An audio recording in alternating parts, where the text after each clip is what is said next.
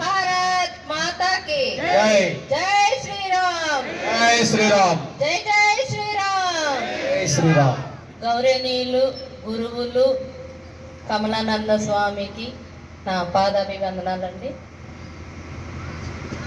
నందిగామలో హిందూ సమ్మేళనం జరగాలి, దేశవ్యాప్తంగా 1,00,000కు పైగా హిందూ సమ్మేళనాలు జరగాలి అని ఒక ప్రతిపాదన తెచ్చిన మన దేశ నాయకులు హిందూ బంధువులందరికీ కూడా జై శ్రీరామ్.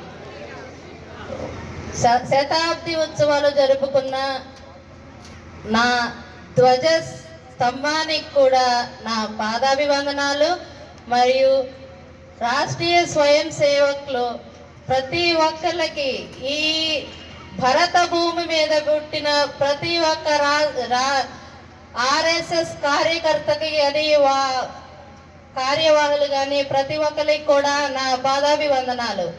ఎందుకంటే నేను పసుపు కుంకాలతో కలకాలం జీవించాలంటే నా ఆర్ఎస్ఎస్, నా రాష్ట్రీయ స్వయం సేవక్ సంఘ్ నిండు 100 ఏళ్ళు ఉంటేనే నేను నా పసుపు కుంకాలతో జీవిస్తాను. స్త్రీని మనము పెళ్లిలోనే స్త్రీకి ఎంతో గౌరవం ఇస్తారు, అవునా కాదా? మన భారతదేశ సంస్కృతి తప్ప స్త్రీని అత్యధికంగా కాపాడే, గౌరవించే, కొలిచే సంస్కృతి ఇంకెక్కడైనా ఉందా? ఏ దేశంలోనే ఉందా? ఒక్కసారి మీ కరచార్యాలతో చెప్పాలి నాకు, ఉందా లేదా? లేదు.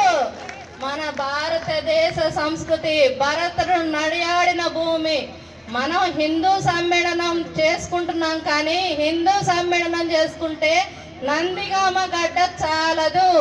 అందరు హిందువులు బయటకు వస్తే నందిగామ గడ్డ చాలదు. మాతృమూర్తులమ్మ మీకు పాదాభివందనాలు చేస్తూ చెప్తున్నాను, మీరందరూ ప్రతి ఒక్కళ్ళు ఒక శివాజీని కన్నారు, అవునా కాదా? ఇంట్లో ఝాన్సీ లక్ష్మీబాయిని కన్నారు, శివాజీని కన్నారు.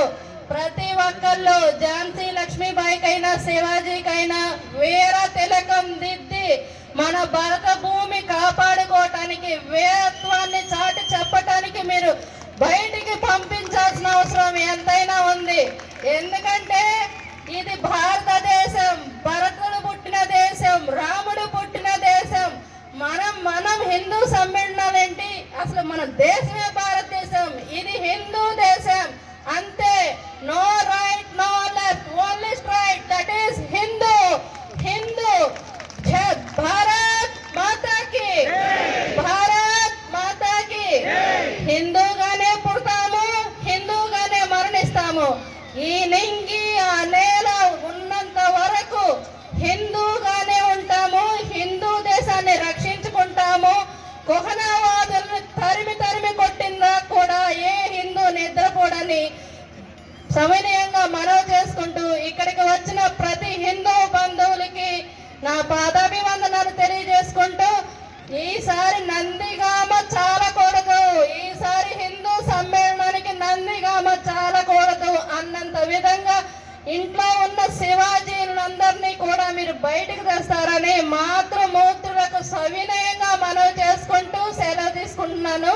జై